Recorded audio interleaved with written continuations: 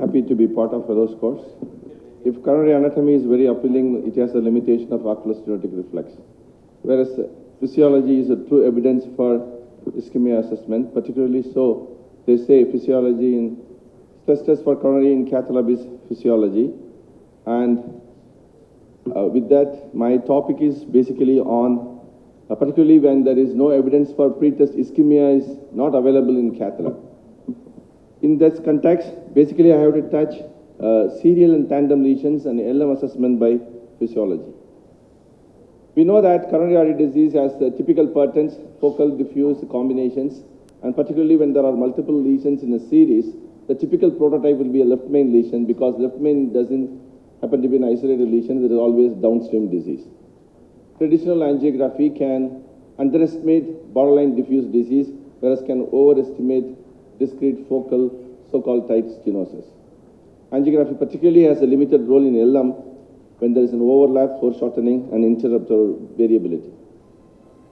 So physiology is definitely will be a guide, in particularly when there are borderline lesions in the LM or when there is a serial lesions, particularly in a diffuse lesions where you do opt for a spot stenting. What is the definition of a serial lesion? When there are two or more distinct stenosis within the same artery separated by more than 10 mm of angiographically normal segment. Whereas in a tandem lesion, there are multiple lesions in between no much normal segment. There are so many definitions, but the simple way to define is two lesions apart where there is a more than 10 mm normal angiographic segment. So as I said earlier, in physiological perspective, the focal lesion is one where there is an abrupt pressure drops, whereas in diffuse disease, there is a gradual pressure loss along the whole loss of vessel length.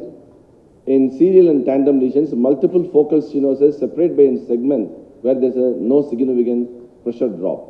And there is a combination of focal and diffuse where it is a real challenge.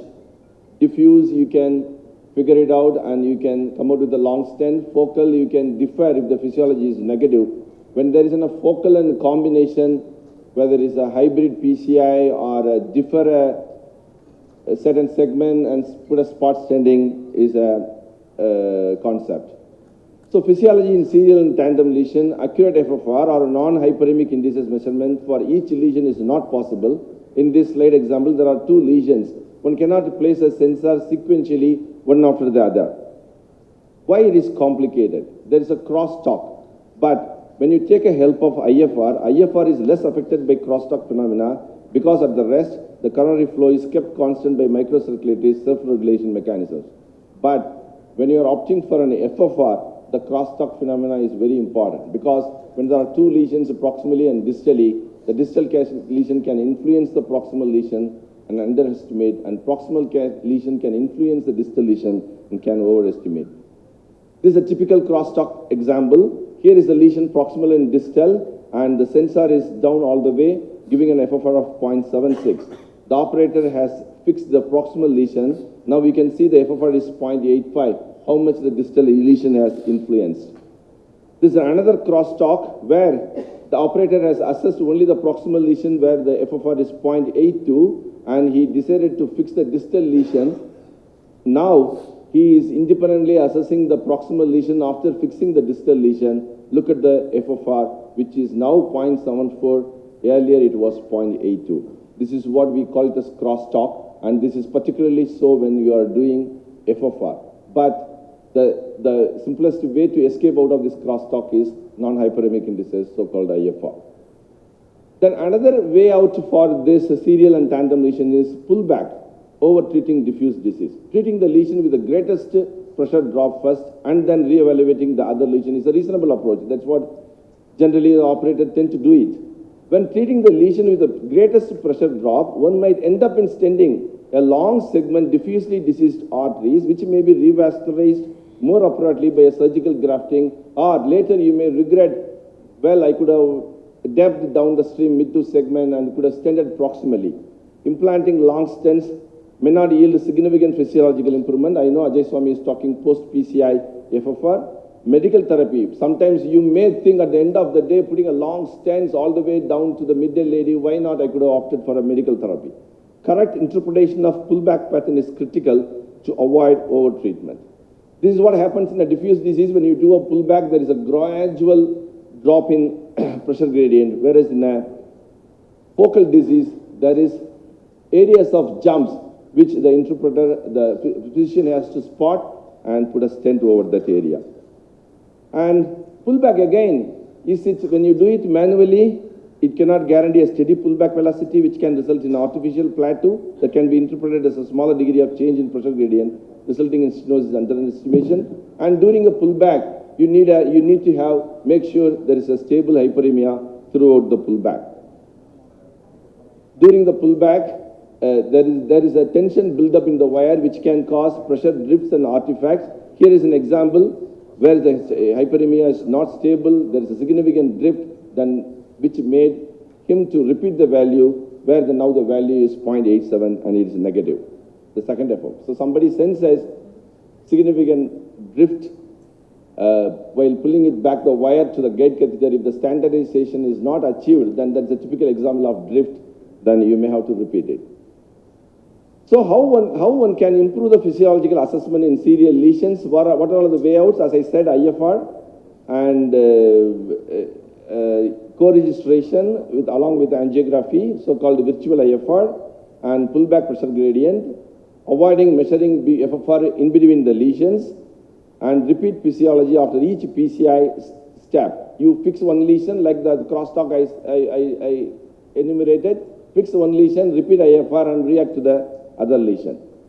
Whenever you are in a clinical doubt, take the help of, go back to your clinical judgment, imaging, CT, FFR, and whatnot.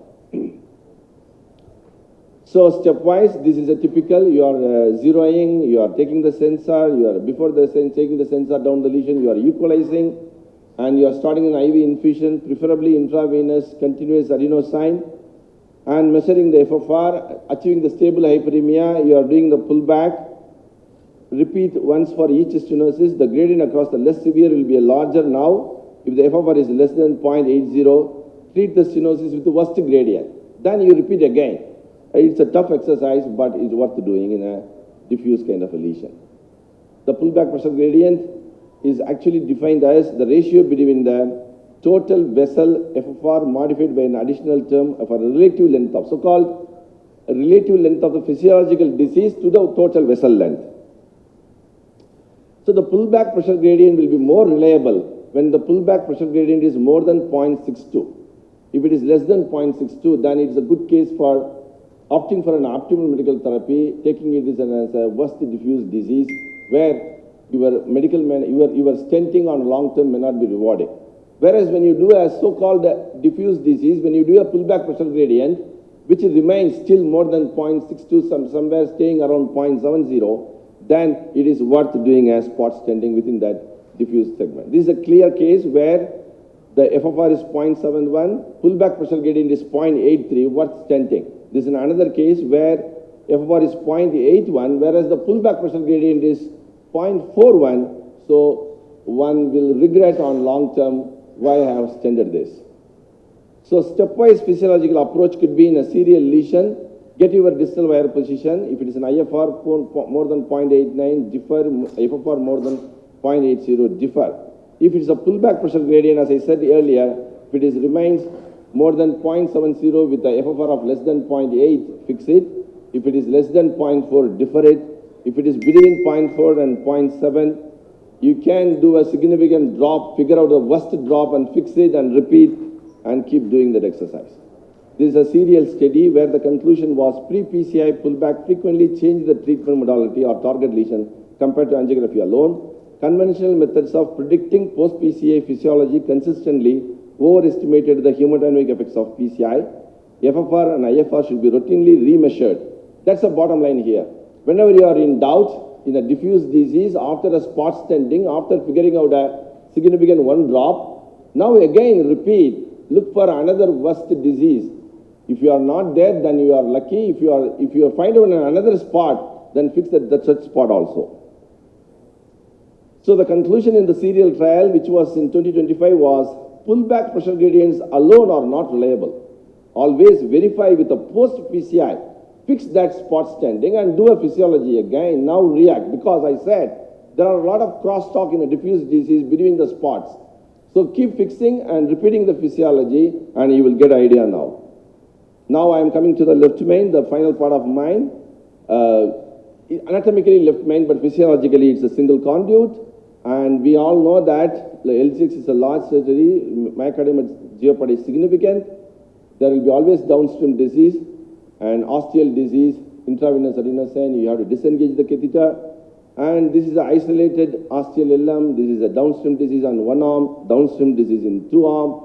If there is an osteal disease in one arm, I will preferably try to do the pullback from the LAD, because even in a dominant LCX, the myocardium at geopathy by LAD is 90%, whereas in LCX it is only 10%. If it is particularly non-dominant, smaller territory, supplying a small myocardium at geopathy, now if you do a pullback from the side arm, which is LCX, then you are going to underestimate the LM. I will quickly make it. And this is a clear case where a triple vessel disease, borderline LM, and they did not a triple vessel, isolated distal LM and three daughter vessels. They did a pullback from RI and they deferred PCI to LM. Patient continued to persist in angina. When they repeated the FFR at a later point, when the patient came back, when they did an FFR from LAD and LCX, it was positive. Then they interpreted that distal LM, isolated distal LM, three daughter vessels, and they did a pullback from my artery, which was supplying a smaller area. But when they repeated the physiology from an artery, which was supplying a larger myocardial territory, the physiology was positive. This is another area where when there is a lesion in the LM as well as in LAD, and now the FFR is 0.87. Is this LM is, we can worth differing? Another scenario, the sensor is down all the way, and now the FFR is 0.87. Can we differ this? So now there is a 0.72. Can we, shall we extend the LM based on this FFR value? Let me quickly take you through all the scenarios. If one of the downstream vessel has a relevant stenosis, LM FFR measurement should be taken in the other vessel only. For example, if there is a disease in the downstream of LAD, and if you have a large LCX, better to do the pullback from the LCX, which is a true reflector of LMCA disease, rather than doing a pullback from the vessel which has a downstream disease. There is a terminology called apparent FFR. If you do a pullback from the LAD, it is an apparent FFR, whereas when you do a pullback from the non-diseased arm, then it is a true FFR based on which you can take a decision. If the LAD disease is severe, maybe you can fix the distal lesion and you can repeat. And if the LAD disease is severe and epicardial FFR is less than 0.6 and LM FFR measured to the LCX will be falsely elevated. So here one should keep the cutoff. So there is a terminology called as epicardial FFR. What is epicardial FFR? When there is a disease in the LM as well as in the LAD, you are going all the way down and getting an FFR. That FFR is an epicardial FFR. Now when you do a pullback from the LCX, that is more reliable, but you have to keep that value not as a 0.80, you have to keep it as a 0.85. So basically you need to understand what is epicardial FFR when there is a downstream, sensor is down in the downstream vessel, and what is apparent FFR when you do a pullback from the non-diseased side out. This is again reflecting the same LM bifurcation with the one downstream disease. So this is algorithm. You need to know what is a baseline epicardial FFR. Then you do a pullback from the LCX. You keep these values of instead of 0.80 as 0.85, and you can take a call on this. When there are downstream disease on the both arms, I think we need to have a non-hyperemic way of assessing the lesion significance rather than FFR. And this Medina lesion side branch, better do the FFR from the side branch diseased artery. And this is an osteal lesion, do the pullback from the LAD. This is a distal LM, which I showed a clinical example. There's the osteal LM as well as LAD, fix the LAD and reassess. And I think I can... Sorry, yeah. Sir. Can you please conclude? You're running short of time. Right. So to conclude, This is a virtual IFR, virtual stenting, where if you put a stent in that particular area, what will be the FFR upfront, then you can react accordingly.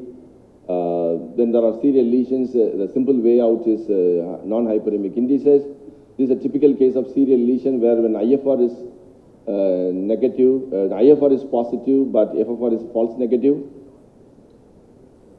So don't rely on angiography alone for multiple lesions. Physiology reveals the truth. Use a systematic approach. Take a total FFR, do a pullback pressure gradient, treat the West, and recheck the FFR. Lesion interactions are real. Post-PTCA FFR is crucial. After fixing the one lesion, the hemodynamics may change, unmasking or eliminating the significance of the another. IFR and co-registration are game changers. Virtual stenting is also a game changer. Left main assessments require care, and if you are not still confused when it comes to the left main borderline because of the downstream disease, don't hesitate to take the help of imaging, and at the end of the day, your clinical judgment, and if you are lucky to have evidence for pretest, evidence for ischemia is available, and it's the easiest to weigh out. Thank you, one and all.